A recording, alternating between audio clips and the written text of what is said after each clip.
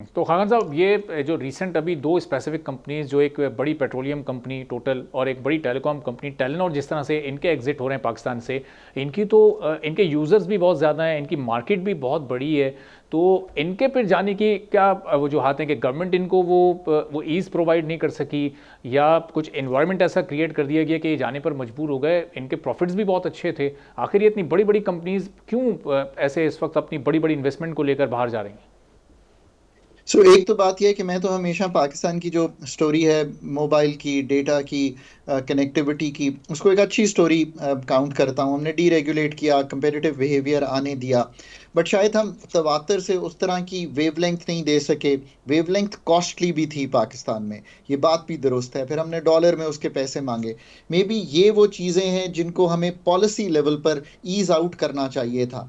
दूसरी बात यह है कि एक तरह से जी। इसको इस तरह समझिए कि अगर टेलीनॉर जाता है तो उससे एक शायद कंसोलिडेशन होती है, तो एक इकोनॉमीज ऑफ स्केल से बेनिफिट उठा सकती है जो भी कंपनी अब बड़ी हो जाएगी।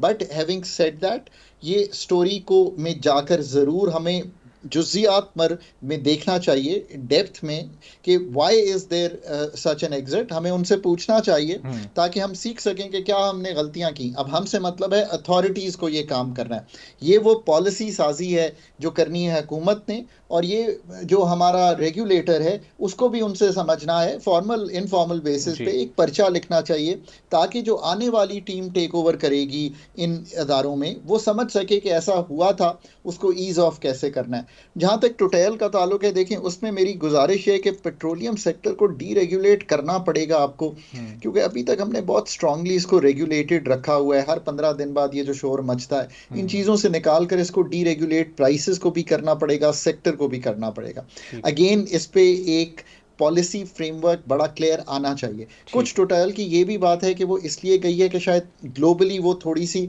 अपनी रीऑर्गेनाइजेशन कर रहे हैं, जहां तक मुझे मालूम हुआ है। So all these factors, but having said that, Pakistan का अपना इन्वेस्टमेंट क्लाइमेट ठीक करना उन सब चीज़ों में बहुत ज़रूरी है।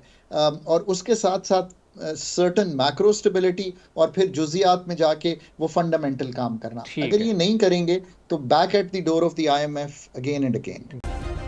सब्सक्राइब करें और बेल दबाएं ताकि कोई खबर रह न जाए।